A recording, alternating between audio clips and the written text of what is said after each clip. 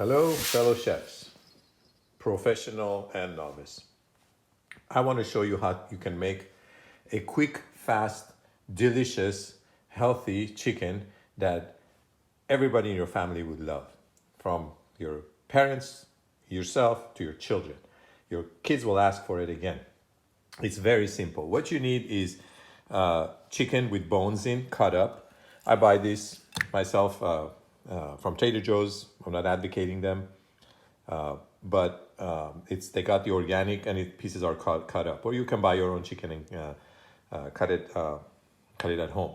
So you want to leave the skin on. It can be even frozen a little bit, or it can be thawed out fresh. Okay, so you're gonna need the chicken. You're gonna need balsamic vinegar. You're gonna need some olive oil. This product here is optional. This is like a grape glaze. It's concentrated grape juice, fresh pepper. I use Himalayan pink salt. I poured some out in the dish here for you guys to see. I grind that fresh. A little bit of oregano. Oregano is always good with chicken and meat. And to spice it up a bit, a little bit of smoked paprika.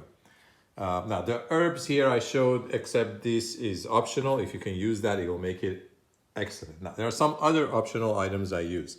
Garlic I will use, but the tomatoes and the peppers are optional, okay? So if you have some tomatoes and peppers, you can throw it in there. It will give your chicken a delicious flavor. If you don't have any, that's fine. I have a vegetable garden, and these are from my vegetable garden, so I love using them. And we have some thyme twigs here, okay? Recipe is very, very simple.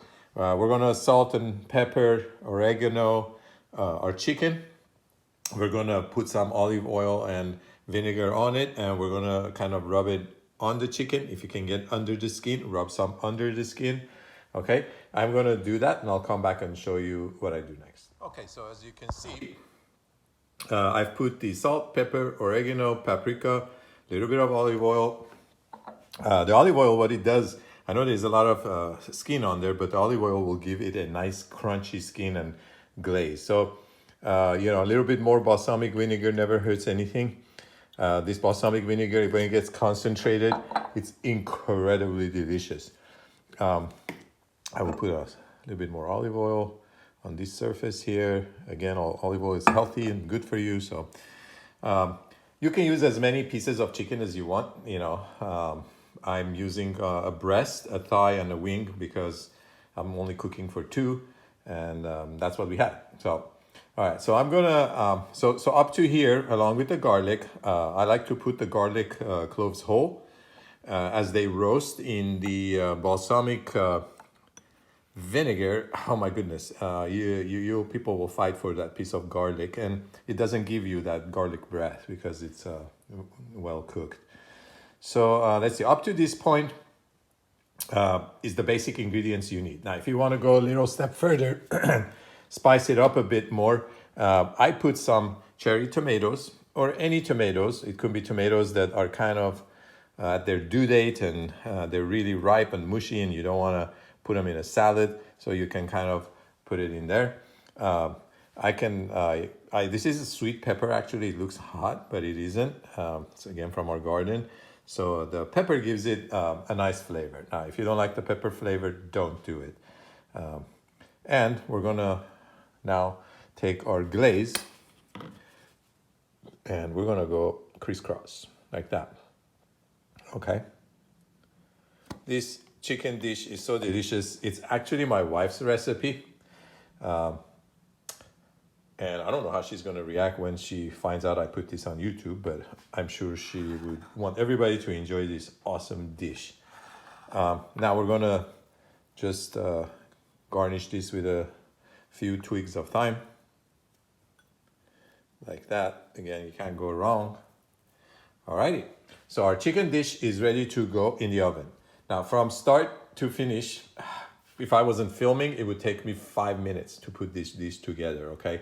And I tell you, for the amount of effort we're putting out, the dish is going to be delicious. So what I'm going to do is cover this, okay, with a glass lid that the container has. If you have a dish like this to use, a ceramic high heat, it's the best to use. If you don't, you can use like a Pyrex that's oven safe and all that and cover it with aluminum foil. But this is what I use, and I find it that it does make a difference. So we'll cover it with this glass lid, put it in the oven at 360, 75 degrees. And depending on how many pieces you have, if your chicken is starting from frozen or fresh, mine was semi-frozen, I defrosted it, you know, it'll take longer. So usually this dish takes anywhere from about hour and a half for this many pieces of chicken to 2 hours, you know, for it to be perfect. So what we'll do is we'll put it in the oven, and then I'll monitor it and show you some clips. All right, hang on and enjoy.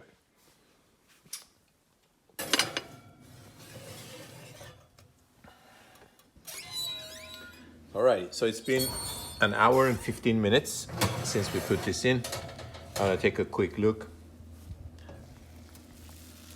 Oh yeah, you can see the chicken is cooking really nicely. I think it can go at least another, I don't know, 15 minutes to 20, 25 minutes. I think the way I figure it's done, it's when the meat starts separating from the bone, and you can just tell. So what we're gonna do is cover this back up, back in there.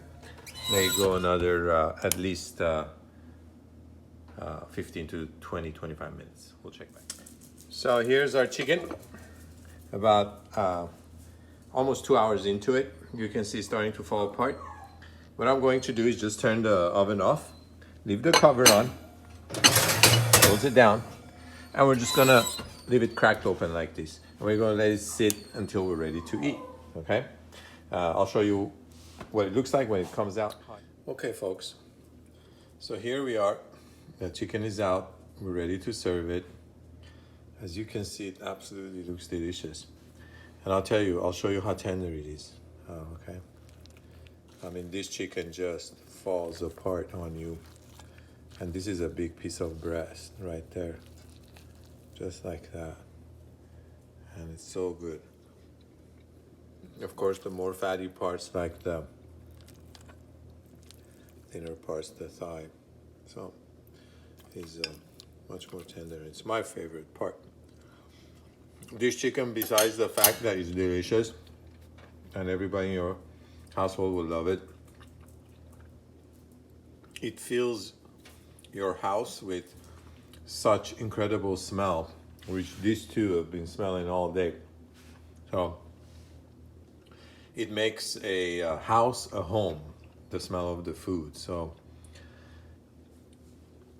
I serve this with, you can serve it with mashed potatoes. You can just take the meat flakes and put it on a salad. However you like to do it, you can. I do mine with basmati rice. I have another video. I show you how I make that rice. I urge you to check it out if you like to venture further in my style of cooking. So do that, and I'm going to put this together with the rice, and I have another video with the corn, the way I do corn. We're going to put all of this together, and we're going to have an awesome meal.